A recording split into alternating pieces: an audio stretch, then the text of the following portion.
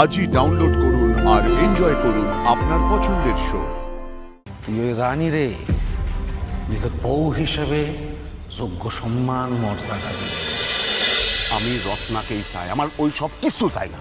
রত্না রত্না রত্না করে মাথাটা খাইছে, মাথাটা খাইছে। পাবি বাবা পাবি, রত্নাকেই পাবি, মাথাটা ঠান্ডা কর। পাবি পাবি পাবি কি করে পাবো বলো তো পিসি? হ্যাঁ, এখানে সালিশি সভায় যদি একবার যদি বিচার হয়ে যায় তাহলে সারা জীবন আমাকে ওই রানীকে নিয়ে ঘর সংসার করতে হবে।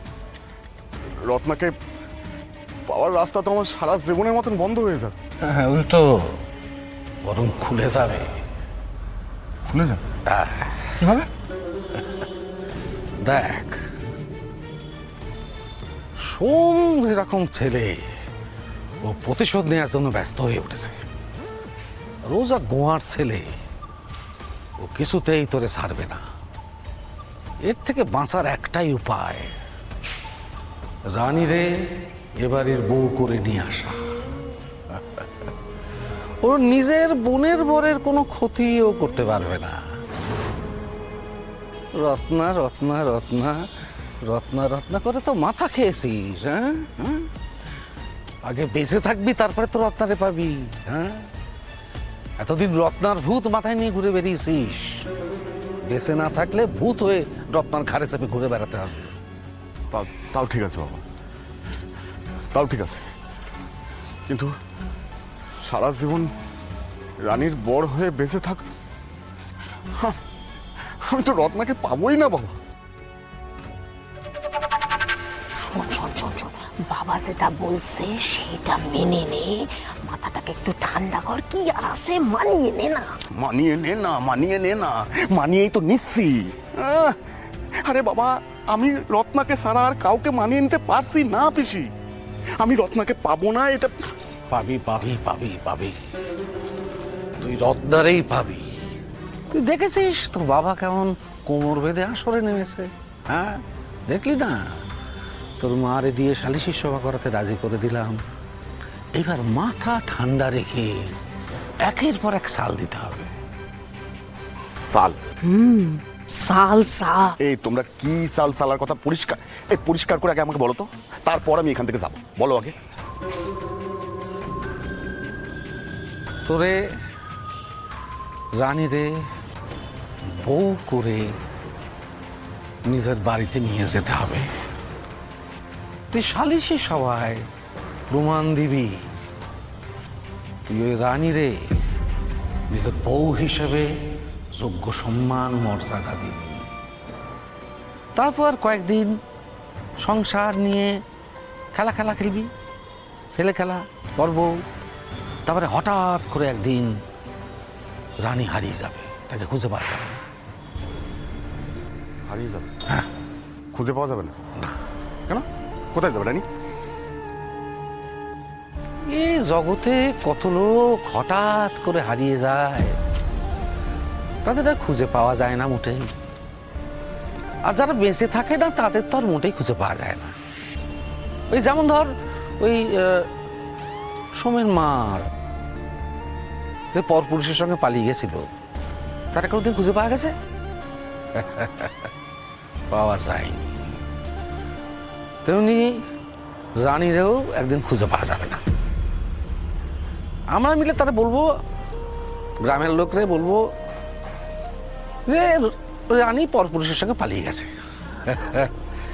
আমি আর তোর পিসি মিলে প্রমাণ করে দেবো সে এক পরপুরুষ আছে। হ্যাঁ,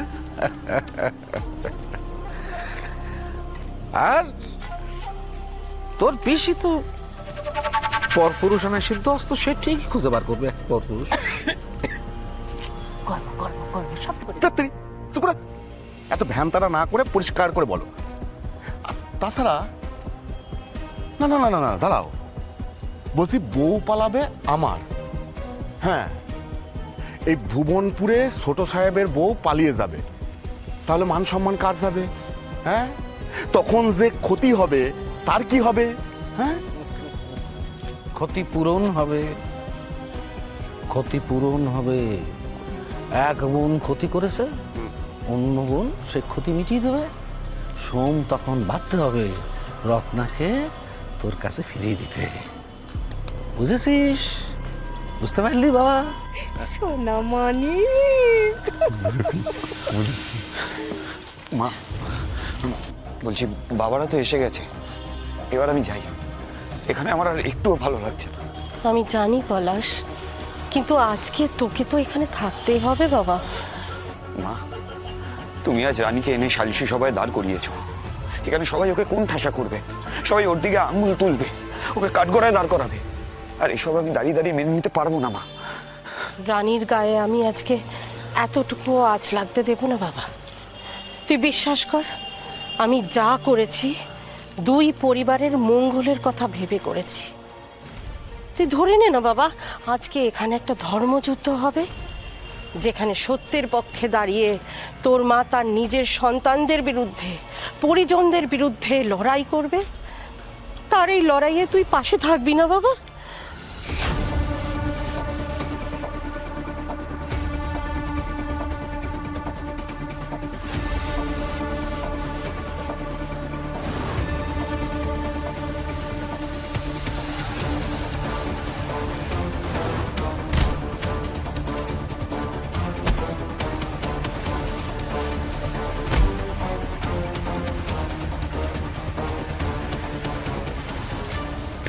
প্রতাপ, আজ মাথা গরম করার দিন নয়।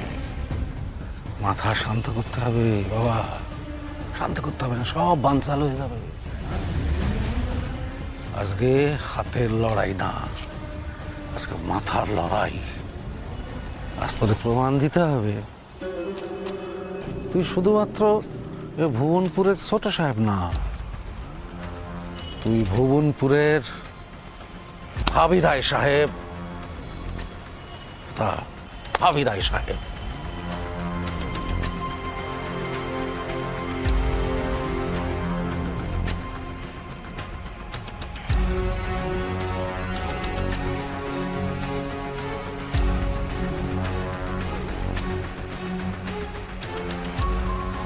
সবাই উপস্থিত সমস্ত গুরুজনদের আমার তরফ থেকে প্রণাম জানাই, আর বাকিদের আমার ভালোবাসা। আমি সোমেশ্বর দত্ত, এই ভুবনপুর গ্রামের প্রেসিডেন্ট। আমি সপরিবারে এখানে হাজির হয়েছি এই সালিশি সভায়। আমি যদি এই গ্রামের প্রেসিডেন্ট না হতাম, তাহলে এই সালিশি সভাতে আমি আসতাম না। তার কারণ এই ধরনের কোনো সালিশি সভা এখানে আর বসবে না, এই সিদ্ধান্ত আগেই নেওয়া হয়ে গেছে। যদি কারুর কোনো অভিযোগ থাকে, তাহলে তার জন্য থানা আছে, পুলিশ আছে, বিচারালয় আছে, সেখানে যাবেন আপনারা। আমি চাইলেই যে অভিযোগ করেছে আমাকে এই সালিশি সভাতে এনেছে, তাকে থানা পর্যন্ত টেনে নিয়ে যেতে পারতাম।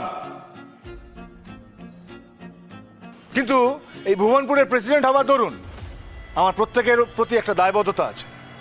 সেই জায়গা থেকে আমি এখানে এসেছি।